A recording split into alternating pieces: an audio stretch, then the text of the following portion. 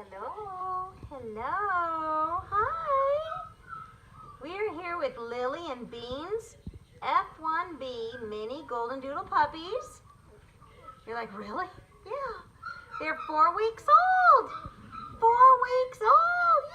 Yeah. This is little blue collar girl sitting with her longhorn.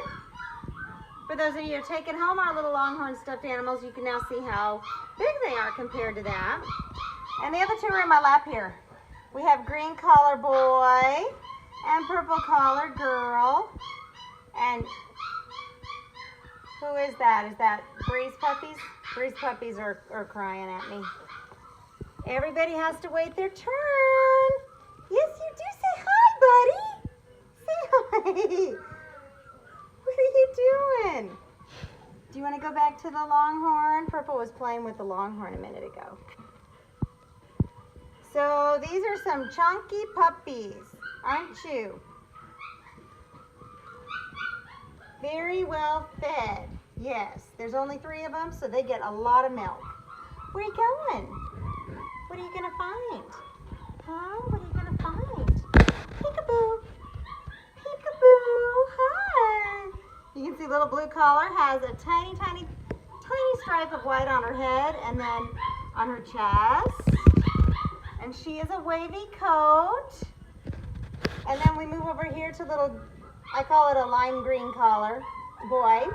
And he has a little bit of fleece in him. So he's still very soft, but he's got some fleece in there and he's definitely more curly. You can see we got curly going on there. And we've got some white on our chest. I would say just ever so slight white, right? Every once in a while you can see some tipping. When you trim him down, you're not going to see that right there. But yeah. And then our little purple girl. Hello. Hello. Hello. What do you think? So she has, I mean, there's just a tiny little white on her chest. And then on her chin and on her head. Yeah. And then I think Blue's behind me. Come here, Blue. Blue has some white on the feet. Paws. I call them feet. Yes. We got just our little underneath. Kind of hard to see. Yeah. Are you being a baby? Are you being a baby? Yeah. Let's just lay here and be a baby. So we're not, there's just 3 of them, so it's not like there's a tremendous amount of running around yet. But we will definitely see that by next week. They're going to be chewing on me, running around. Yeah, we're already licking. Excuse the legs there, people. Yeah, working out painting chow chairs today. Not to put in a plug, but I'm going to go ahead. If you guys have been on our update page or our website, you've seen that we also have custom-made elevated pet dishes at lamgoland.com. You guys can check those out. But anyway, we're doing some of that today. It's a beautiful day to be working. So right now, the babies are spending less and less time with Mama. What are you doing? Are you hiding? Are you hiding behind the longhorn? Do you think that's part of Mama? And they're, we're going to be starting that weaning process. They're enjoying some gruel, which is that homemade mush. And we got some teethies. So we're going to start eating our kibble soon. They're kind of barely there. Can we see your teeth? Where's your teeth? There's a little tiny nub. Yeah, a little bit. Got a little goober in the eye. Got to get that out. I don't like those goobers. That happens with doodles. You're going to have that. One thing, I need to go ahead and repost an incredibly old blog post that I did a long time ago about ears. Because this, yeah, whoa. Because these are, you know, water dogs. They love to be in water. Also, especially in Texas or in states where you have high humidity, ear infections are a huge possibility. Most everybody will deal with one. I know. Purple's really upset about that. but I have some great tips to prevent it. Prevention is the best thing. If you happen to get an ear infection, most of the time it is a yeast ear infection. It is not bacterial. So a lot of times those antibiotics that they put you on, those antibiotic drops, end up being kind of a waste of time, and you end up kind of hurting the immune system there. The yeast infection, ear infections are just easily treated with a half-half solution of white distilled vinegar and rubbing alcohol.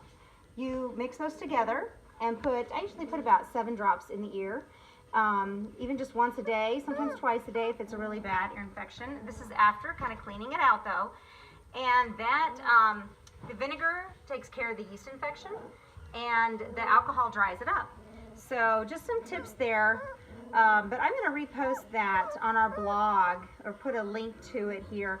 I can put it on our Facebook page as well as our weekly update, but that way you guys can kind of see prevention is a big part of this, especially as we're heading into summer and your doggies are going to want to be in water, or like I said, if you live where there's high humidity, boy, we really run into that around here. So once we started doing preventative measures, we really don't deal with that anymore. Every once in a while somebody will sneak through, but it's not like in the olden days when we first started and we were having ear infections. We just got some great advice from actually, you know who it was? It was my own son, my human son's ear, nose, and throat doctor. And he just kind of let me know, hey, this is what we do. We do this for the dogs too. And boy, does it work. So yeah, just some of those little practical things that we can do to keep them healthy really works. Are you going to get that ball? Are you? They listen to me talk and they want to play. Everybody wants to play. Come on. Come on. Are you going to talk? You sound like you're going to talk. We're doing a little bit of something. Yeah. Yeah. So right now we're still working on potty training, socializing, and just being away from mama. We don't do too much right now. Next up, starting at 6 weeks is our that's when we start doing our crate training and some behavioral things. Of course, we always teach them up front what we want them to do, what we don't want them to do. Reward good behavior and then ignore them for the others, or correct them or direct them to something else. Yeah, we got a little toothy there. Yeah. Alrighty, guys, we're gonna say goodbye because this is turning into a long video. Can we see you a little better without Longhorn? You're just kind of sitting there. Yeah. See, where's my food? I want my food.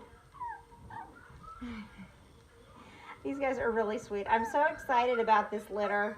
The coloring, the markings, and just their temperaments. Goodness sakes. These are the ones that Nathan, our 2-year-old, is obsessed with. And so he's not allowed to handle him. He's allowed to pet him while I hold him. But we're not going to allow him to handle him. But Ava and all my other kiddos certainly can. All right, guys, say goodbye. We'll see. No, now you want to talk when we're going? Hey, purple girl. Oh, look good. She does have a little white paw there.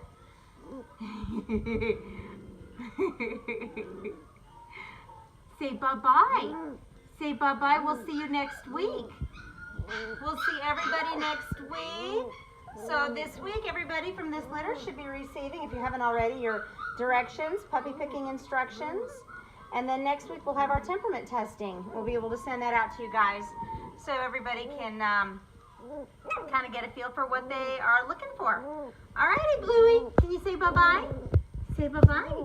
Say bye-bye. All right. Little boy's going to sign us off. We'll see you guys next week.